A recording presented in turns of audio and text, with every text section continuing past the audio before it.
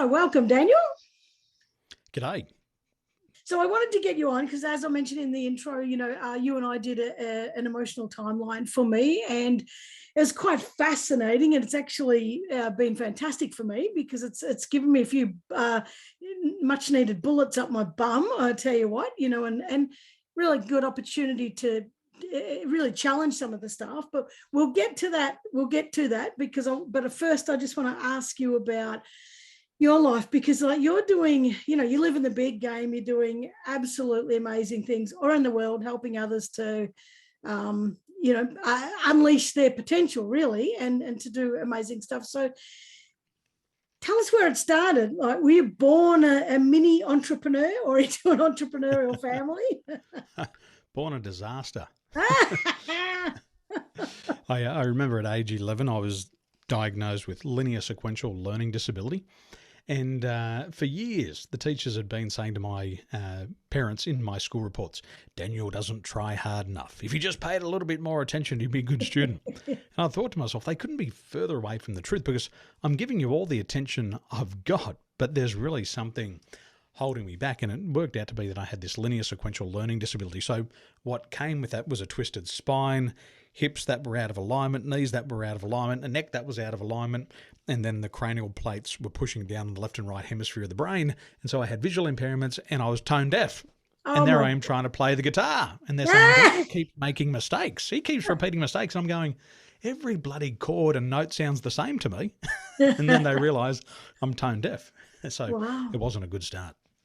No. Oh my God. So what was it that made you, how'd you get out of that? Because clearly you don't look to me like you've got a curved spine, and buckled knees, and you don't, I don't know, you see, and I know that's not a good thing to say, because there's a lot of people with disabilities who look perfectly normal, and I'm not, and what is normal anyway? It's like the setting on a washing machine, but you're operating at a very high level, so you couldn't be doing that with massive amounts of pain and crushing of your brain. So how did you get out of that? Well, the hips took me 41 years to fix. Oh. So this year, I'm 42 this year. I started working with a new personal trainer here in Taiwan last year, and it's taken me 41 years to get my hips right. So what would normally happen is I'd walk and they'd click, click, click, click, click, and the ligaments would flick backwards and forwards. So people can't see it, people can't hear it. If you put your hands on my hips when I was walking, you'd feel it go click, click, click. So I think a lot of these things, growing up with learning disabilities, it's just my normal. So for me, I can't compare my life to anybody else's. I could compare it to other kids at school when they're getting great results. But at the same time, I thought to myself, okay, they might be academically smart, but I'm street smart, and they just can't measure my street smart here at school. So I think it's the old analogy when you ask the fish to climb the tree. Who's the idiot? Yeah. The fish who's trying to climb the tree, or the idiot who asked the fish to actually climb it in the first place? Yeah. So I think for me, I was just climbing the wrong tree. And once I found the right tree, everything was normal for me. So I've just wrapped up a day here teaching people how to use NLP and hypnotic language patterns. Yeah. And it's interesting just how my mind works. And I can use hypnosis very simply, where for other people who are more linear in nature, it's very hard to go lateral. Yes. So once you put me in the right environment, you can see me go at 100 miles an hour. Yeah, that's so true for so many people, isn't it? And it's that I've probably said it in about 80% of my podcasts, that the school system is, while there are great teachers and while there are great things about it, it does not bloody work for everybody. And so many people get piffed out the other end, and never to make anything of themselves, but also to have these beliefs about themselves that are just completely wrong, but they've been told this for so many years. And it's such a shame. I'm so glad you come out the other end and said, screw the system, I'm going to do it my way. Well, I didn't even make it out the other end. They booted me out before I got there. I actually tried to go to university. When I was 27, and I did the first semester, and then the lecturer said, I think it's best that you go back to school and finish off years 10, 11 and 12. And I'm 27, almost 28. I'm like, you've got to be kidding. I ain't going back there. So I said, well, if I left there, I'm going to leave this one too. So I think what we've got to learn is that we've got to play to our strengths. Yeah. And one of the big things for me is it's not that I'm learning disabled. It was a lot of the times that the people just didn't know how to teach me. Yeah. And so yeah. in the school system, they've got a curriculum, they're great teachers, but they've got to move 29 kids through that syllabus. And Yeah. the one person like me, they're just like, what the hell do we do with this person? It's not that we don't really care about him. We just don't have the time, we don't have the resources, we don't have the training. And if we put all of our attention over onto this one, then everybody's got to suffer. So somebody must be left behind. However, it doesn't mean they're going to be left behind forever. And then you've got to get creative. You've got to learn to become resilient. You've got to learn to fight, and you've got to learn how to learn differently, which I think is most important. We can all learn. It's impossible not to learn. I remember we owned a family pawnbroking business, and my dad bought this machine, and he said, hey, this is trash, get rid of it. He said, but make sure you cut the cord before you get rid of it. So I went and got the big metal shears, and I cut through the electricity cord, and then I went boom, and I flew back about 2 meters across the room. He said, what are you doing? I said, you told me to cut the cord.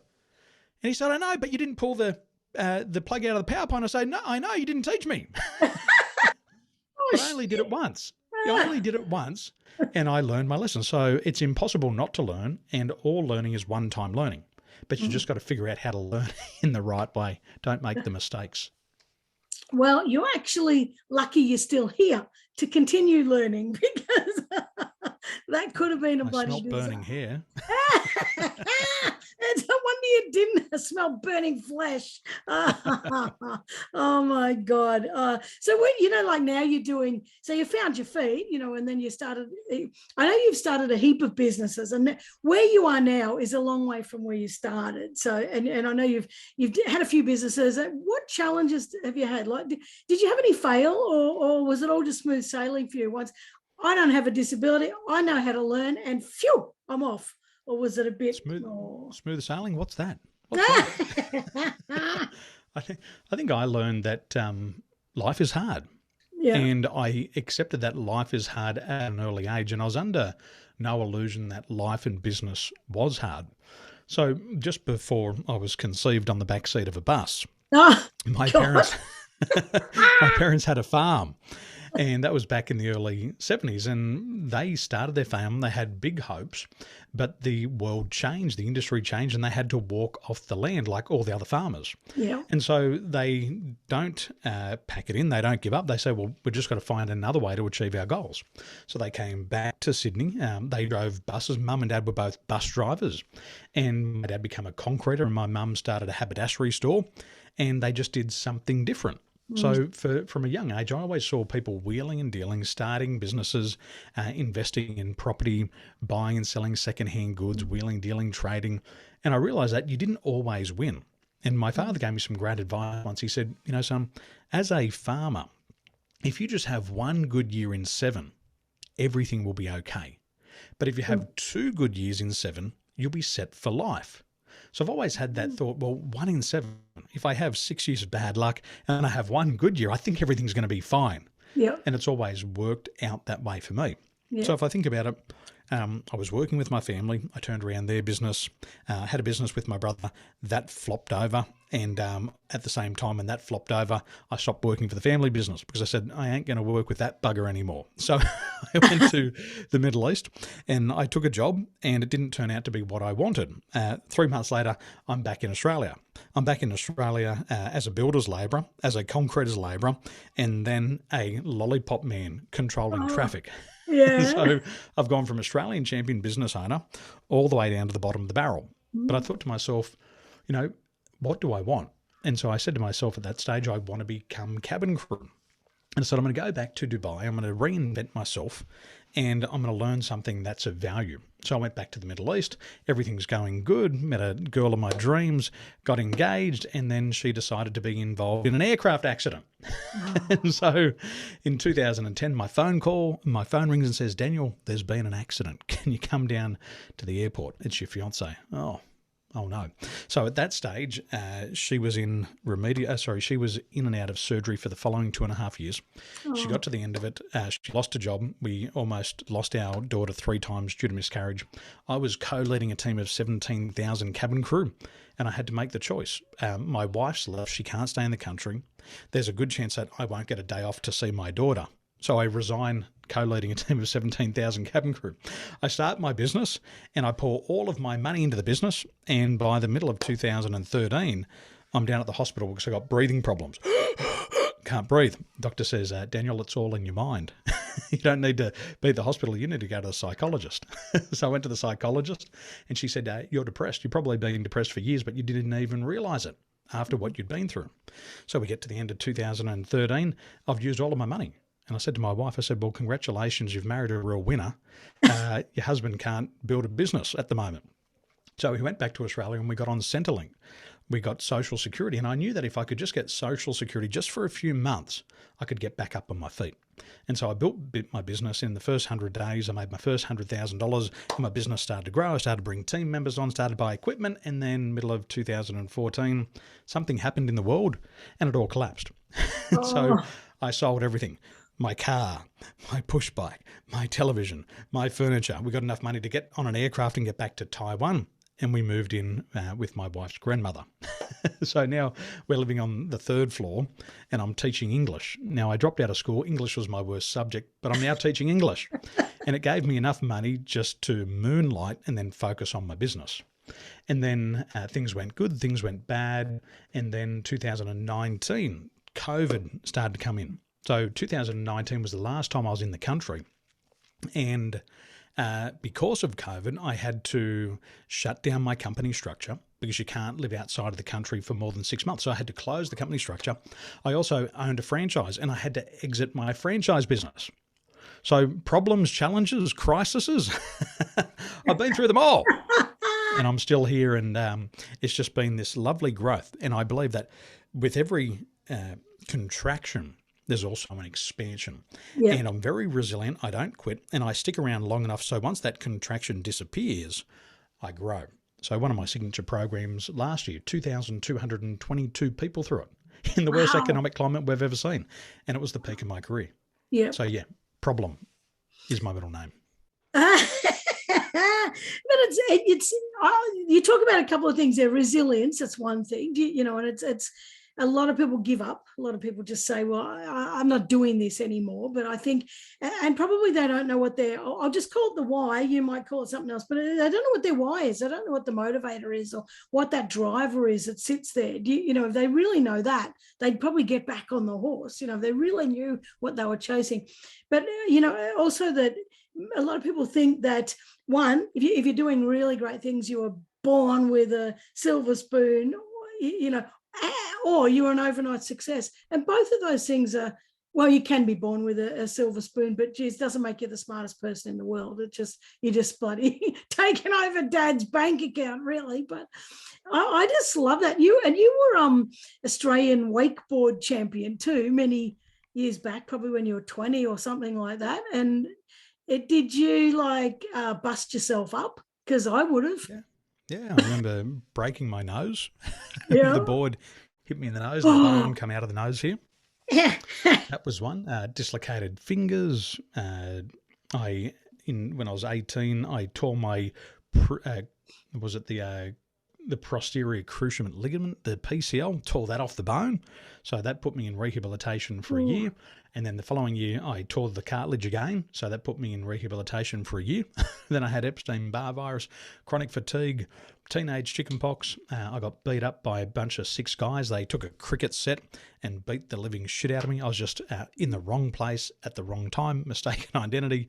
So I've got 2 plates and 4 pins in my arm, but they couldn't kill me, so I kept going. Yeah, a bunch of crazy stuff. But I think it's fun. I like a little bit of drama. Gives you a bit of fuel. Fuel in the tank. But a lot of people would have given up, even being beaten up, that's enough for a lot of people to go and hide and say, I don't want to, I'm depressed now. They didn't do a very good job of it. I reckon they did do a good job of it. You got plates in your arm. But it's just, I think this is the I don't know, you're just such a you're the epitome of resilience. You're the epitome of just getting back up and getting things done, and eventually, you're doing so well at the moment, but we don't know what's going to be around the corner, but it's whether you can go, well, you know what, it crashed.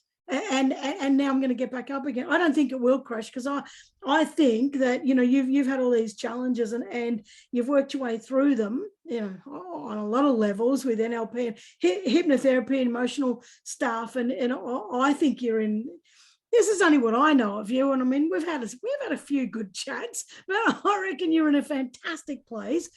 And here I am sounding like I'm the freaking, like the fortune teller. I'm sitting there with a little glass. What do you call that ball? A crystal ball? Daniel, your future is wonderful. Shit, I love it. Better to have a crystal ball than a bald head. For me, anyway, for me. Well, it depends who you ask. I don't know. I don't want a bald head, but can I go back one step? You mentioned the why before. This is really important. I think a lot of people are really stuck here. I remember getting on a Zoom call, probably 2018, and I met some people and they wanted to partner with me. And one of the people said to me, it was so textbook. It was like she just finished reading Simon Sinek's book. Yeah. And she said to me, Daniel, she said, "What's your why?" And I said, "What's my why?" I said, "What do you mean?" She goes, "Why do you do what you do?" And my response was, "I'm just really fucking good at it." And she said to me, "That's not satisfactory. That's not a good enough why. And we can't partner together because you don't have a good enough why." And I think a lot of people are confused about this why. See, there's 3 levels of motivation. The first one is biological motivation. Yep. So when somebody says to you, "I am motivated," believe them 100%. Everybody's motivated, but some people it's just at a very low level. Yep. The lowest level is food, shelter, water. Yep. And if somebody wakes up every day just to get the basics, they're motivated. Don't doubt them. The second one is the extrinsic motivation, and that's the reward or punish motivation. It's the if-then motivation. If I make 100 sales, I'm going to make $100,000. And that's where the motivation comes from. Where other people move up to the next level, and it's intrinsic motivation. And it's when you do what you do the best. So for example, I know I'm a great coach. So every day that I do it, I know this just aligns with me. For the past decade, I get up early, I go to bed late, I do podcasts. I remember the other day, I finished one podcast at 2:00 in the morning. I woke up at 5:00 in the morning and I went again. Now, when you're good at something, that's enough. That's your why. If you're good at it and it aligns with your strengths and you don't have to worry about your limitations, that's good enough. And I think there's a lot of confusion about that. If it makes a ton of money and money is important to you and it makes you happy, do it. If it gives you a lot of time off and time to spend with your kids and that's your why, do it. But you don't have to have this crazy, magnificent why at the beginning. It helps later on down the track. But if you're good at it, just do it. So for me, I like this role that I play. It makes me feel good. I don't want to take a day off. I don't worry about looking at the clock. It's just aligned with my strengths. And that's key in emotional intelligence. So for these people who keep reading Simon Sinek and they say you don't have a good enough why. And I'm not partnering with you. I can't partner with you. But I like that you're saying that. I like that. There's one thing I want to ask of you, your opinion, because for me, I feel like it's not just enough. This is my thoughts. It's not just enough just to be good at it. Like for me, I have to love it as well. Because I used to work for Australia Post and I was a manager of a big delivery center and I quit. I got a package, but that was a bit of motivation. But it was somebody said to me, "Why are you leaving? You're so good at this. You're just so good at this." And I remember saying, "But I don't love it. Yeah, and I'm not going to do something that I'm good at if I don't love it." And to me, that's such a strong point for me. So some people might be able to do it just because they're good at it. But for me, I will never, I don't ever want to do anything just because I'm good at it. I want to, oh God, I want to feel the goodies at the same time. Well, for me, the difference for me is that if I'm looking at the clock and counting the dollars, that's a bad sign for me. Yeah. So we used to own a family pawnbroking business and my parents wanted to leave the business to me and my brother. And I'm like, hell no, I ain't doing this. I've seen what it's done to you and Dad. I don't want to be a part of that. And it was interesting that I would look at my watch in the morning. I'd say to myself, shit, what's the latest I can get out of bed this morning? So I can gas it to work and get that shutter up at 9 o'clock, not a minute later. And I'd even time it. Okay, 8:40 on a Wednesday, no traffic. Take me 20 minutes to get into the shop. Done. But at 4:59 and 59 seconds, the shutter's already coming down. And I don't want to be there. I don't want to go in on the weekends. Yeah. But also if you're counting the dollars consistently. So what I learned from my dad was when my mum met him, she said, your dad was just doing what he loved, which was farming.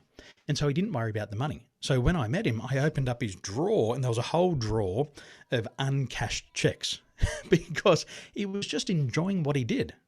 And the money was just a bonus. When I got into real estate, one of my uncles, my mum's brother, his name's John, he said, Danny boy, he said, if you do a good job, the money will follow. And if you get really good at doing what you do, then you'll never have to worry about the money. So what I believe is you can't just be good at what you do. You've got to be great. You've got to be in the top 10% in your field. And once you're in the top 10%, then you can make a ton of money, but you don't even have to think about it because people will pay you for your contributions. Yep. So not long ago, my wife said to me, she said, husband, you need to buy some new underpants. And I said, oh, what type? She said, well, yours have got holes in them. I said, like my jeans? She goes, no, worse. She goes, why don't you buy some new underwear? And I said, because I probably don't have any money. She said, what do you mean? And I said, I probably don't have any money. I just work and I just assume that I'm broke because I don't look at the bank account. And she showed me the bank account and I went, oh, yes, I can definitely afford some new underwear. But see, the money's just secondary when you're doing what you love. Yeah. Focus on becoming the best you can possibly be. And then the money will always follow. You'll never have a problem with it. Yeah. Yeah. Yeah. I like that. I love it. Your underwear. And yeah, but we're all the same. I reckon everybody I know just keeps putting on the same old comfies. Yesterday I had to go and have I did a workshop, that's right, and I didn't even think, and I just put the old undies on with a big tear up the side, and luckily I went to the toilet before I left, and I thought, oh my God, I've got my old bloody undies, I better change it. No, I don't know why I thought I should change them. I'm not really going to, drop my DAX in the bloody workshop, but yeah, I think we all do that. We all got these comfy ones that we just don't want to part with. But anyway, I love that. And you, speaking of you being the greatest, I'm going to read this because I don't want to get it wrong. You are the world's, oh God, where is it? Number one. You see, now I can't find it. What are you? The world's number one emotional intelligence. I read it in the intro and I can't bloody remember it. The world's number one intelligence. Tell me, Daniel, because I can't find it. Bloody hell. I've got more than 6,500 case studies into the science of emotional intelligence. And I have trained doctors, lawyers, people out of the university, and they say, we've never heard anything like this before. I get doctors lining up to work with me and say, Daniel, you're the best at what you do. We've never learned like this before. Yep. So what I've been able to achieve is I've been able to train huge groups of people on the science of emotional intelligence. I've personally hypnotized groups of people of 1,300 people at a time. I've helped more than 500 people at a time understand their levels of emotional intelligence using science. So at scale, maybe there's only a couple of other people who are just a couple of steps ahead of me. People like Tony Robbins, they're doing it at scales, but Tony's 40 years down the track. Yeah. So I'm working at scale with this science, and we've had this experience together that enables people to rapidly understand who they are. The use of this science as well is I consult with businesses with more than $1 billion worth of revenues.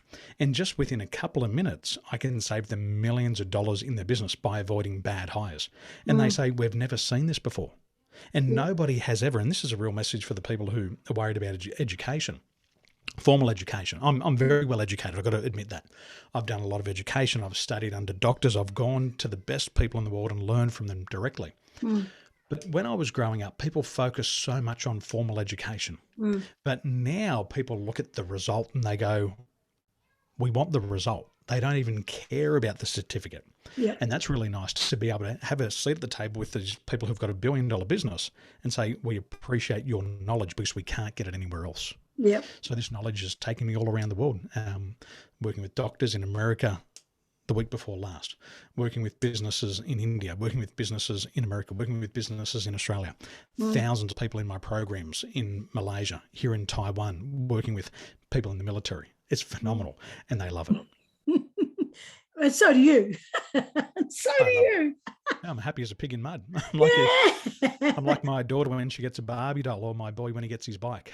I love it so much. I just love that. You know, when you're talking about before, uh, relevant to what you've just said. You know that you're so happy doing what you do and you're doing it well, and you're just getting this constant buzz about it, and you don't even the money's you do it anyway. You would do it even if you didn't get paid. But we deserve to be paid. And see, this is something that I've had a problem with for a long time. Is that working out my value, you know, and that sort of stuff. And working with you has helped as well. And we were just talking before about some of the work that's just started rolling in for me. That it's been effortless, and it's incredible. But speaking of that, speaking of not the money that's been effortless or the stuff, it hasn't been effortless. Like, you know, you still got to bloody try. You can't just lie in bed and think that bloody magic wand's going to drop in your lap. But you and I did. Well, you're lucky because I bought my magic wand.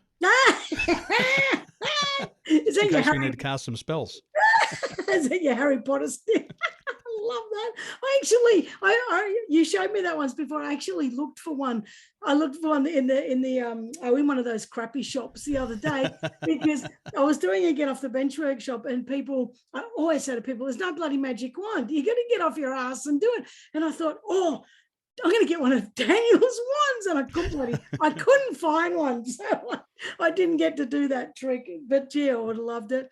But you and I did this timeline. Well, I don't know. I actually don't know what it's called, but it's a mind report, and it's an emotional timeline. Is that what it's called? Like, see, look how hopeless I am. I'm trying to be all formal for you, Daniel, and say all the right things, and I can't bloody remember them. So what you got there is it's called a mind report. Yeah. And what we did is we used artificial intelligence to measure your levels of emotional intelligence. So what Karen did, she got my application on her phone. She recorded her voice on her phone for 90 seconds and sent it to my team.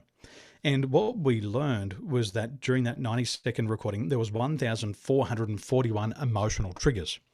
And these emotional triggers showed Karen our emotional life journey.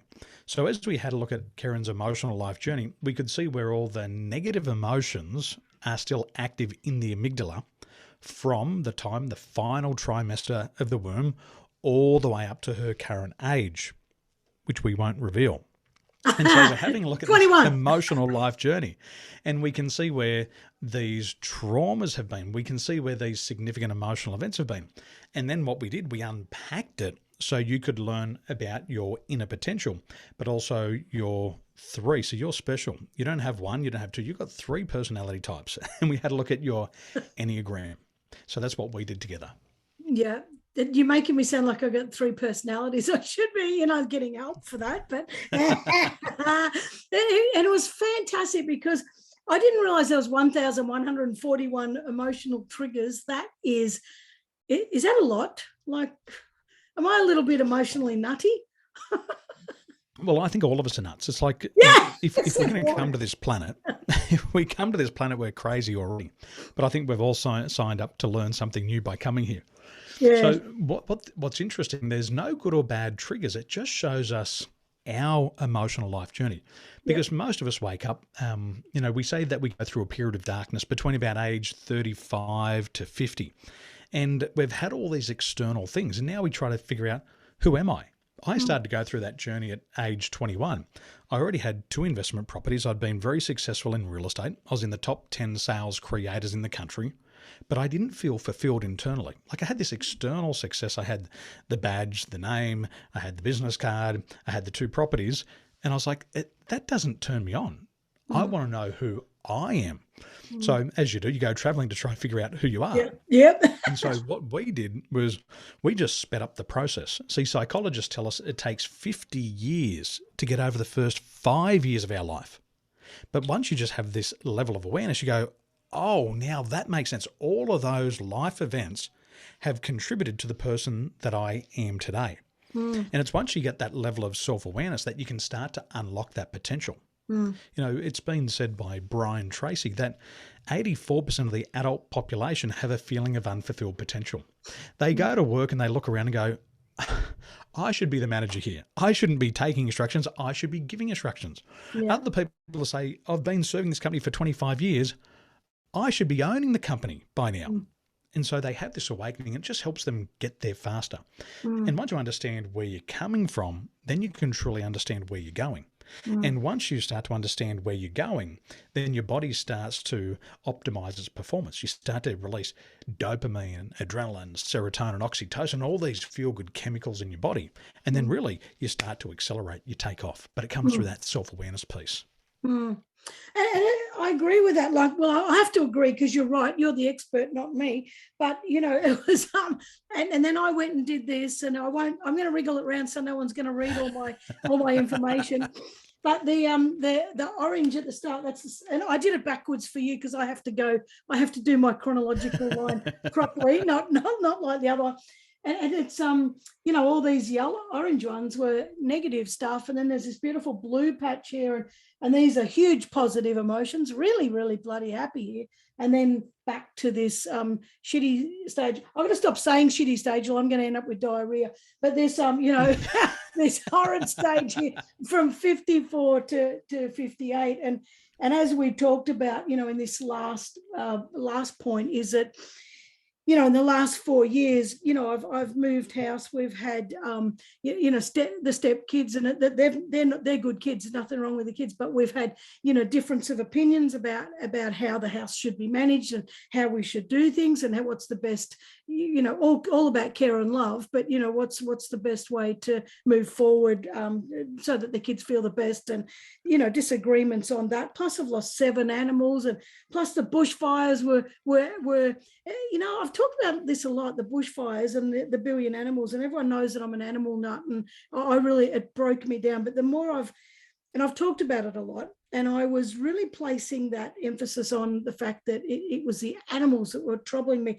But the more I think about it, after doing this with you, the more I think is that, no, it was just the straw that broke the camel's back, or maybe not. I'm not meaning to minimalize it, but I think that I just couldn't carry something anymore. And when there was that last freaking great big goddamn trigger, I just couldn't carry it anymore. And so it broke me, and my thyroid. I lost my singing. My God, it's just.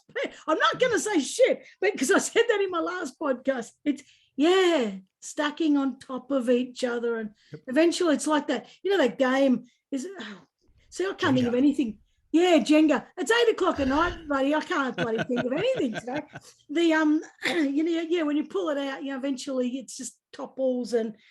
But this has been phenomenal for me. And the other thing that we worked out, feel free to give your opinions once I've just said this little bit, because you're going to have much more to say than my layman's kind of analogy of it. But in all the blue ones, which was aged 30 to 54, and I was having, as Daniel said, a lot of people don't have big spikes in the positive emotions. They just have little positive. Mm-hmm. And I've had some massive spikes in positive emotions in that time. But the biggest thing that I can see about that is that, I came out. So then I sort of had my voice. I could say whatever I want. I could be me. And I've got, a whole lot of things. I felt seen. I felt heard. I still do now, but because of COVID, I've lost all that opportunity, to do. I was on stage. I was just going for it, and everything was just fantastic. Even though, and this is the interesting thing that I think most people will find interesting, that was when I lost my sister, Carolyn, to cancer. Her husband had a serious car accident, got brain injuries, and there's a lot of other big things like that in there that I'm not going to talk about because people are still alive to hear it, so I'm just going to leave it there. But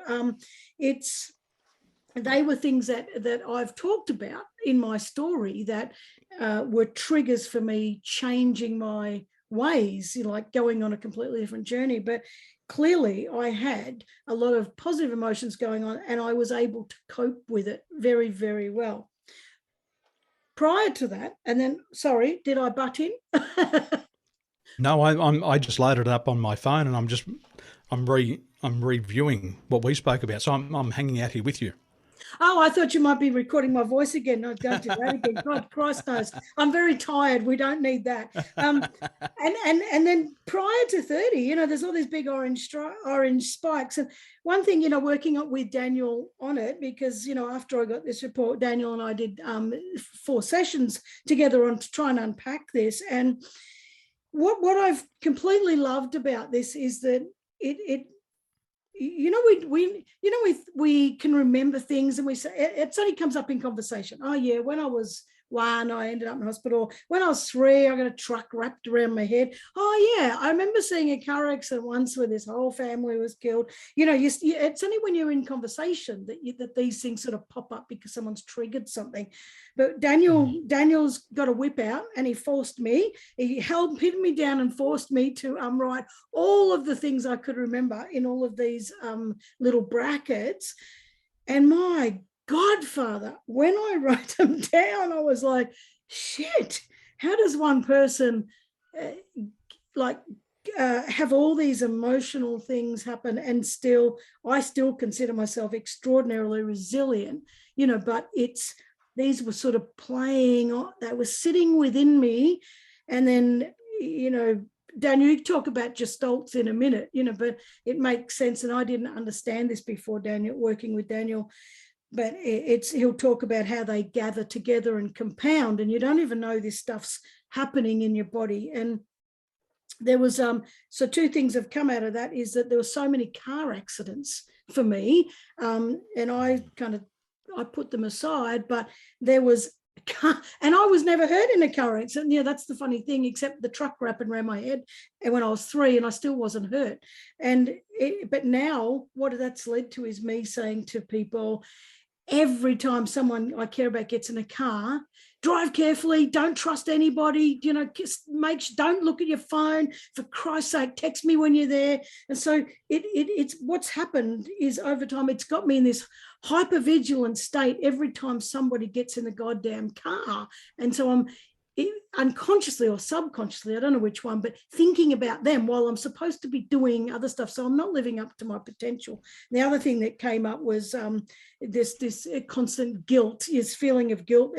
There was, I reckon I can see right now, looking at it, over 100 incidents of guilt.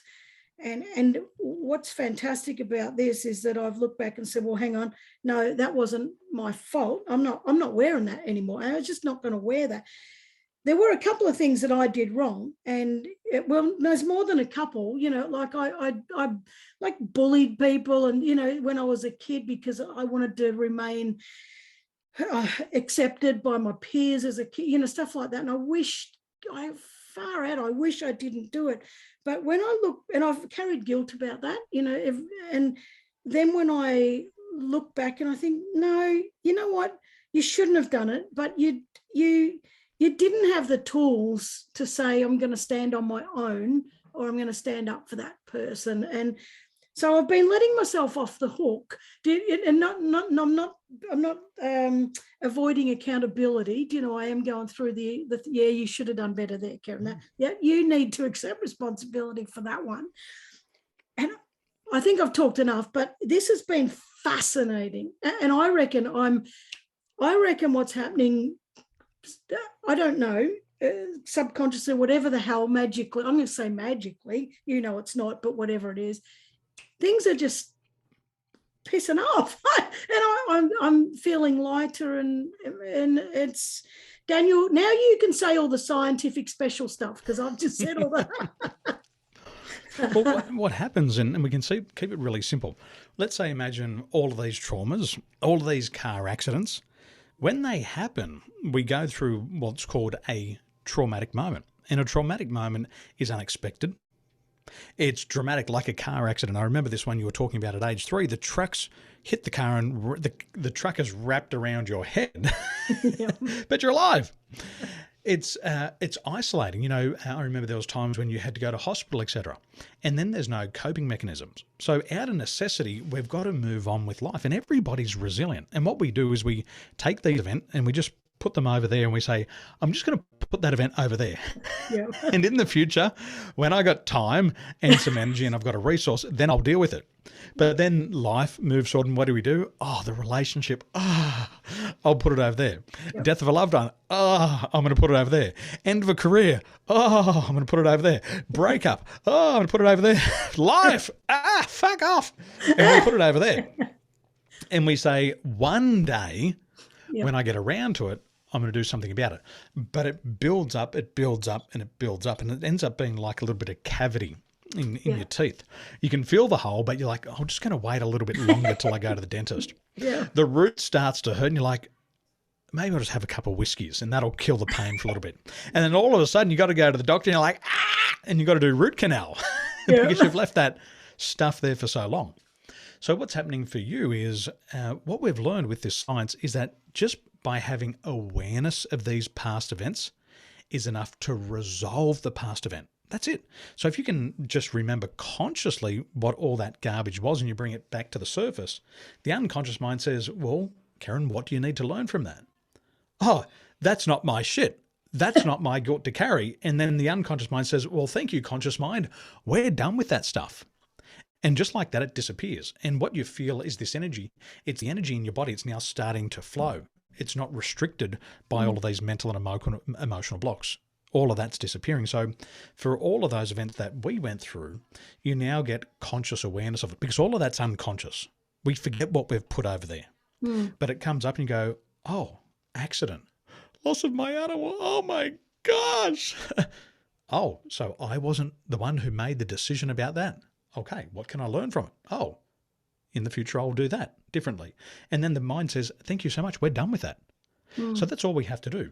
So awareness of these past events is enough to resolve them. And for you, we found so many. So the body just says, I'm done with that. I'm done with that. I'm done with that. I'm done with that. I'm done with that. And then you get all of your energy back. And then your mental and emotional blockages where you didn't see opportunity because of guilt, you go, oh, I don't have to feel guilty about that.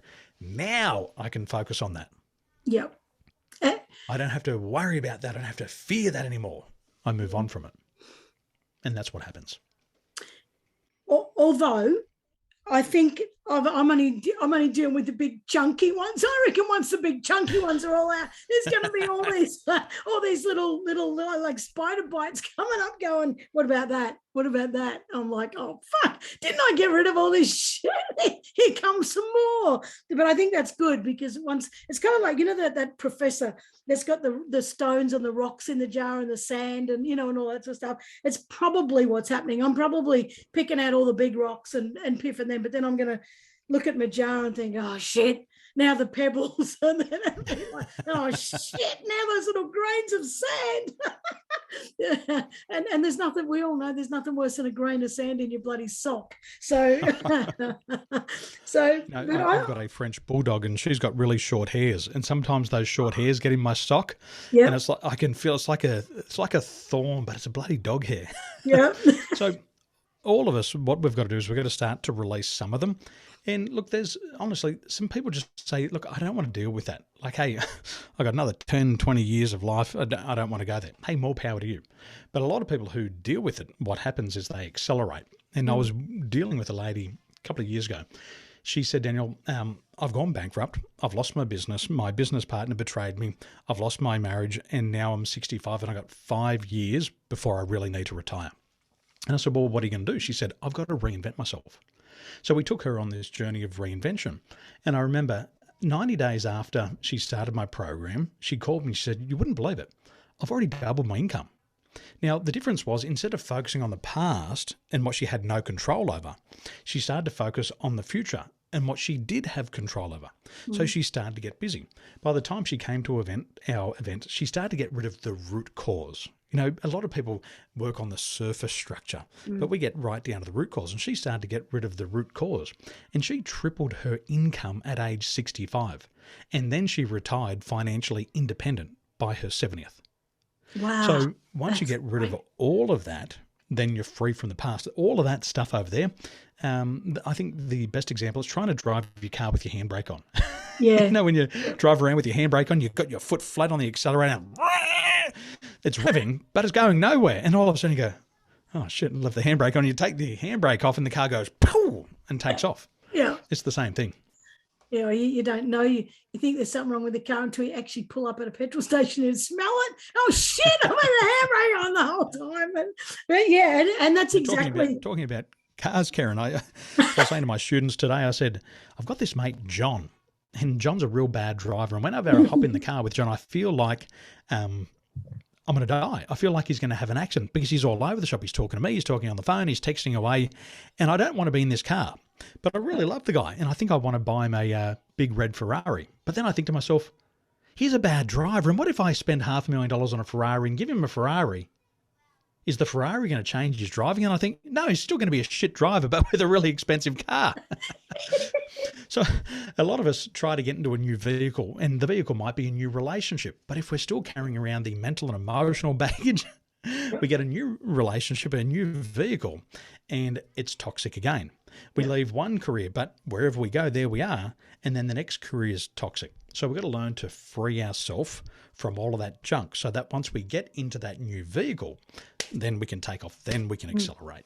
That's the key. I love it. I really love it. It's been so eye-opening for me. And to be honest, nothing is anything that I find surprising other than it's come up. And I was guilty. Talk about guilty. I was guilty, and I'm not doing any more, but guilty of throwing it back in that corner, and that one day, and one day I'm going to get to that. One day I'm going to, what? The other thing too is I think that I only just realized right this second that one day I'll deal with that, one day that, but that has overflowed into something else that I've just realized right now, is that I have papers of stuff, printouts of this or that, or a PDF or something. One day I'm going to get to that. And I've had stacks of freaking papers everywhere.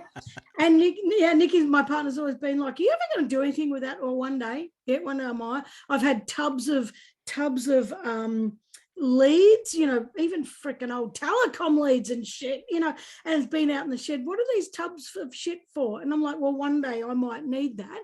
And what's been fantastic, you've only just woken up to this right this second we're talking, is that over the last 2 weeks I've chucked all that shit out. I've gone through it and said, then just get rid of this shit. I don't want this shit, hanging around.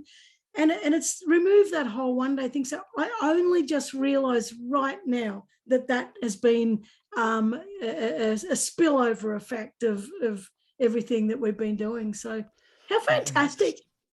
That's called completion. See, humans have a compulsion to close. And what that means is you've got to finish what you've started. And anybody with kids knows that sometimes you go to the bathroom and you're doing a pee and the kids come in and all of a sudden you got to stop your pee halfway through. There's nothing more excruciating. But how good does it feel when you get to sit back down or stand back up and you finish off the pee and you go, oh. See, humans have a compulsion to close and you must finish what you've started. So for a lot of people who say, I'm just going to put it over there, I'm going to put it over there, I'm going to put it over there, how they do that is how they do the rest of their life. They store things and clutter things and it accumulates. And all of a sudden, you've accumulated all this junk, mentally, emotionally. And then you come to an end, you go, you know what, I'm done with that. And you throw out the leads, I'm finished. I've done with that mental and emotional baggage. I'm actually free from the past. And so I say to my clients, the problem with mental and emotional baggage is you take it with you wherever you go. And where are you going? You're going into your future. So people are dragging their past into their future every single day. And that's the real cost of those mental and emotional baggage. They keep dragging it into the future. It's supposed to stay back there and you've got to be free from it. So you've got completion, you've got closure, and that's compulsion to close. And when you can be successful at closing that off, you know what happens? You start to close more business. You start to close more deals. Yay! It's funny when you say, about completion. I'm one of those people that, and I shouldn't say it because I'm just going to convince myself, I love starting projects. I don't really love finishing the bloody things. That's someone else's job. But, now I'm going to have to start completing all my projects. But I think this is, it's life changing. It's freed me up so much. And while I can't say it's been a massive physical and mental, just it's got not like a punch in the face and it's gone. It's not as dramatic and as obvious as that. It's been all these subtle little things, and I think, maybe, I don't know, I think I'm doing well at it. I think I am, and I'm starting to join dots. I'm starting to say, like I just did then, about the stuff. And I'm noticing that I'm doing that a lot more. I'm like, I know. And I'll be driving along with Otter. Okay, there was that time when I blah, blah, blah, blah. Now, I am not having that anymore. And it's just that's got to go. Better decision. So that challenges your limiting beliefs. And then you say, I'm done with that limiting belief. Now you replace it with an empowering belief. Yeah. Well done. Straight to the front of the class. Teacher's pet. I like being at the front of the class, being the the entertainer. Actually, I was never a teacher's pet at school. I can tell you. Oh Jesus! Yeah, well, there's another thing, wasn't there? I was the teacher's pet, and then she had a car accident, and then we got another teacher, and then and that's such an interesting thing that. Yeah, some people might not know. I do share a lot on this podcast about myself, but not everything. But in grade 2, she had a car accident. I got replaced with another teacher, and prior to that, I was the class goody, and teaching everyone else to read and everything. And once this new teacher came, I was like, "Fuck school," and that was it. And it shut me down completely. Luckily, I was intelligent enough, to get my way through school and manage it, but there was no intrinsic motivation whatsoever, and I was disengaged. And that was my report. Karen should, same as yours, Karen should stop talking. Karen should stop distracting others. See how the mind works very interestingly. I go to school, I got a great relationship with the teacher. Teacher's involved in a car accident, I lose the teacher, and now school equals loss. School equals loss. So in the future, it's like, why would I want to connect with the teacher? Because the last time I connect with the teacher, there was loss. And so all of a sudden we make these limiting decisions and these limiting beliefs. We say, I'm just going to disengage because I don't want to go through that again. Yeah. And then for yours, how many car accidents were you involved in, and how many in total around you? How many did we count up? Oh, I don't remember. There was, I remember 15. 7, but then I think we started at 7 and then it went up from there. Yeah, maybe 15. So it's like all of that pain. It's like, okay, well, anything to do with car accidents, I want to put over in that little pile. Yeah. But it started with my teacher. Oh my gosh. Yeah, well, I started with the truck, actually. Yeah, it started with the truck. That's what Daniel, talk about just quickly about the Gestalt, and how all those things join all those they look for each other and join up, and you say it better than me. Gestalt is a chain of memories. Yep. And let's say fear, for example. All the fear that you experience from an early age then chains together. So what we know now is that the child in the womb, it will experience the fear that the mother goes through. And through hypnosis, and people can watch this on my YouTube channel, is I do interventions and people remember the fear that their mother was going through. But sometimes the child, with its lack of consciousness at that stage, or the embryo with its lack of consciousness, feels that they're responsible for the fear. So they carry the fear. And so we always have a first event. And then what we have is we have a second, a third, a fourth. We have significant events, and they all chain together. So I think the best explanation and the easiest one is, think about you're driving your car, and I know cars are sensitive for you already, but let's imagine you're driving your car, you're driving down the freeway, and then all of a sudden you go, oh shit, I've missed my turn off, and you try to creep in front of a car. It's so innocent, but the person behind you fucking and just starts to road rage. You think to yourself, I'm really sorry, I just thought I was going to miss the turn off, and if I can just creep in here, everything will be okay. But they're on the horn, stringing out, we're fucking going to kill you. And you think, how is that possible? I just pulled in front of them. Yeah. But that's the gestalt. So at that moment, that person's not just experiencing the anger and frustration of Karen pulling in. It's the anger and frustration that they've experienced for their whole life that's left unresolved. So it just boils up to the surface and they explode. And some people can just repress that anger, and then just one little things like that, it's the straw that broke the camel's back. They just explode and they have an emotional hijack. They bypass logical thought and they just start to act before they think. And that's when people make terrible decisions. And we all know that road rage incident. Yeah. But, it happens with other little things. It's like sometimes if you've got a lot of fear, sometimes you hear a little crack in the house at night time. All of a sudden, oh, home invaders, quick, get the gun, get the knife, run. It triggers you. So that's the gestalt. And the aim of what I do is just to help people clear out all of those emotions from the past. So it doesn't matter what age they're at, 40, 50, they get an emotional clean slate and they can start again. And what happens is if they experience an episode of fear, it's not heightened like it was. If somebody pulls in front of them, they wave the window and say, oh, thank you. Come on, pull in front, no drama. And they don't lose time, because for every negative emotion we experience, like anger or sadness or fear or guilt, it impacts our performance for 4 hours. So imagine if you've carried all this guilt and you get it triggered off, and you get guilt triggered off twice in a day, you're going to lose 8 hours of time. It impacts your performance for 8 hours. But I know people who've lost 10 or 20 years because of guilt. It gets triggered off every day and they're still stuck. They can't move forward. So the goal is awareness and then to move forward. That's the key. Wow. You make it sound really simple, and it actually is. But this is the stuff where we're never taught. We're not taught this at school. And I think about back in the days of the pyramids. We all have our own beliefs about how the pyramids were built and how it used to look in Babylon. The gardens of Babylon, God knows what, and how they used to use energy. And I've got my own theories about all the energy that they used to use back then. But I always think back then, in my mind, of what I believe is that stuff was taught. People were clearing that sort of stuff, and they were understanding it's in mystery it. schools. Hey?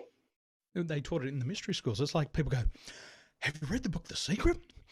Law of Attraction. They were talking about this 5,000 years ago. It's called the Law of Sympathetic Resonance. Yeah. Oh, really? But the book was only written. Yeah. We're rediscovering all of this. Yeah, and it's so true, because we've forget the whole school thing, but it's kind of like the industrial era, and that's only recent. Let's all compete and let's get in a line and bloody do this stuff. And I just think that we've completely lost ourselves as humans. Like, I think that humans have got massive potential. I've always known that. I've always believed it. I haven't really understood, and I still don't think I have a great understanding, but I think I understand a lot more since working with you.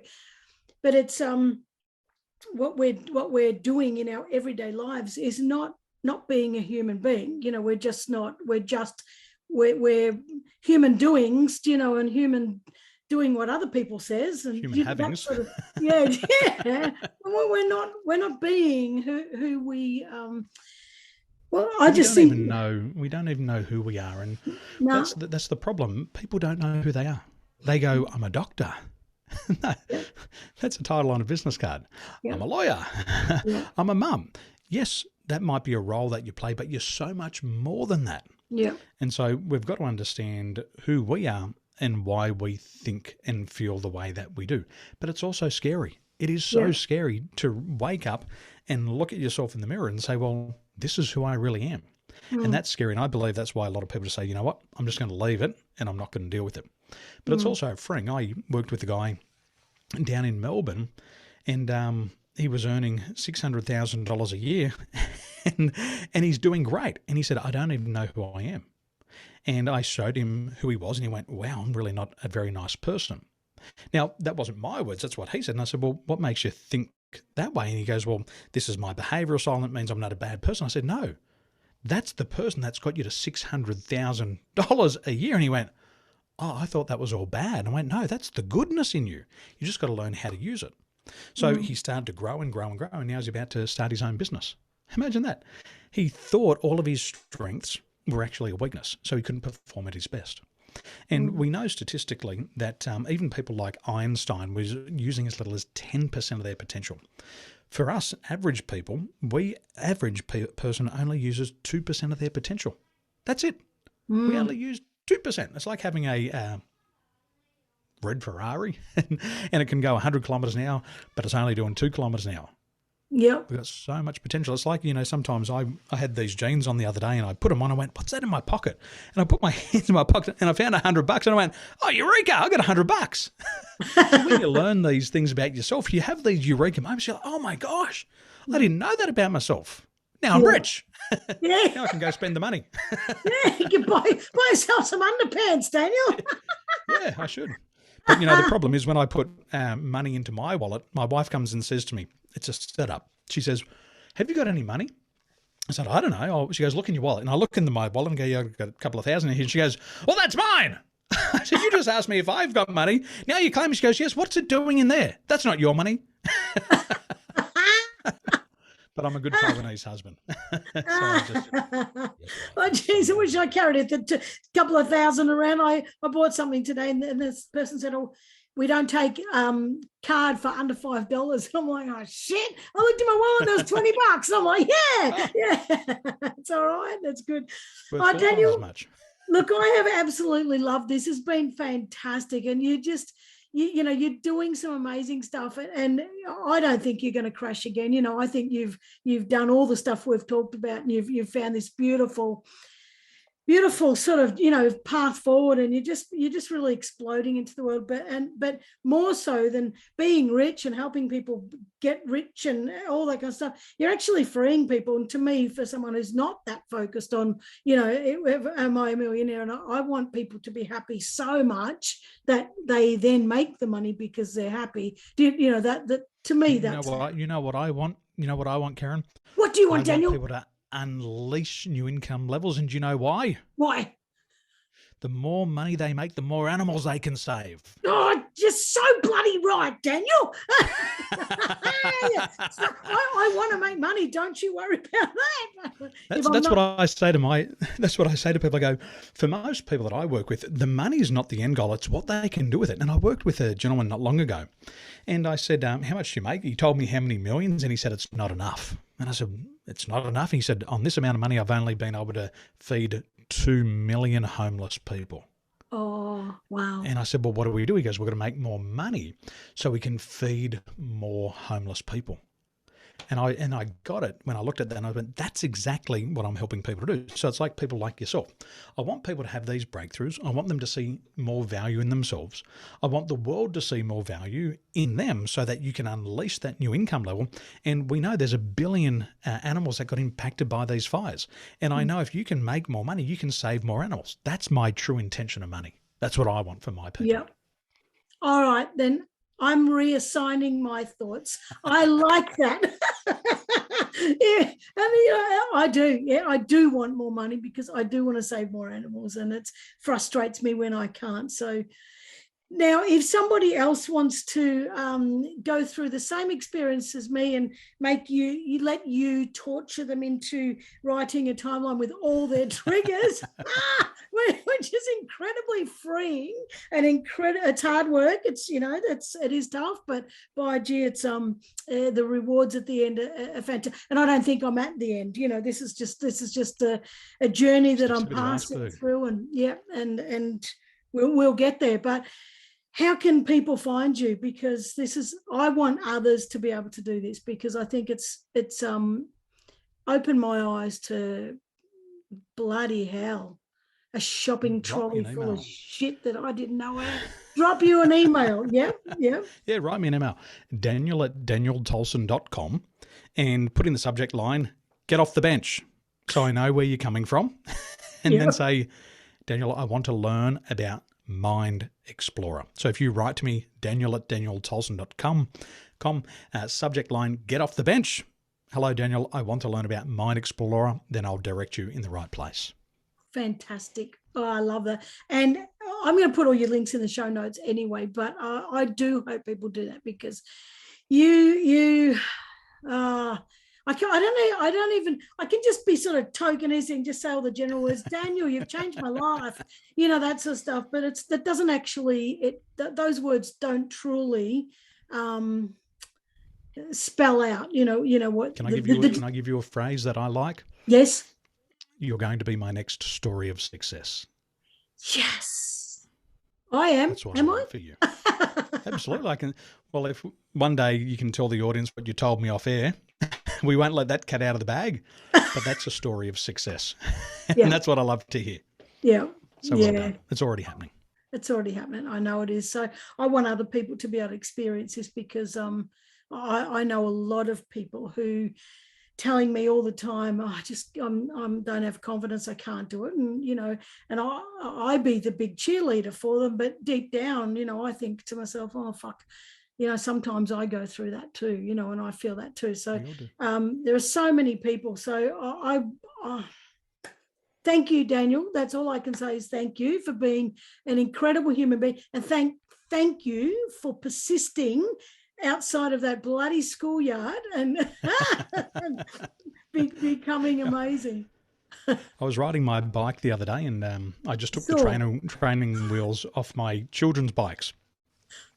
And after my kids started riding, I hopped up on the bike and I said to my daughter, "You want to see what Dad can do?" And so I hopped up on there and I started to bike surf.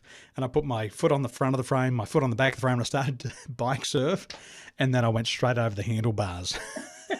My feet are going a million miles in the air and I dropped and rolled across the ground. And my daughter's still filming. It's on my Facebook, this video. Yeah, I saw it. And I just looked at it this afternoon. Yeah. She's like, "You okay, Dad?" And I'm like, "Oh, yeah." And I got back up and I went bike surfing again. And somebody asked me, they said, "Why did you do that? Why did you keep going?" I said, "You just never know who's watching." And it's like my children. They don't listen to what you say. They watch what you do. Yeah. And my daughter was watching. I thought to myself, if I don't get back up, then I'm going to teach her that it's okay to not get back up. So I got back up, dusted myself off, got my pride back, my confidence back on the bike.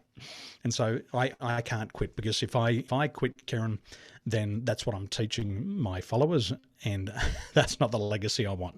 No. How do you remember Daniel? He's a fucking quitter. No. He went through some shit and he never quit. And if he went through that and Karen went through that, then we can do it. Yeah. That's what I want. Yeah, I don't want to be a quitter either. Jesus Christ. I want something in the better. Afterlife. I remember you're the guy in Taiwan and you're the fucking quitter, hey? Yeah. Oh, shit. How many lifetimes I've got to carry that for? Yeah, exactly. Well, Daniel, I bloody love this. This has been fantastic. I know it's 9 o'clock at night for me and I should be I am half asleep, but thank God it was an interesting conversation. But you're just a bloody gem. You really are. I'm so glad we connected. And, I just love this so much. So thank you so very much for blessing us with this hour. It's been wonderful. Anytime. My pleasure. Thank you for having me here. My absolute pleasure. All right.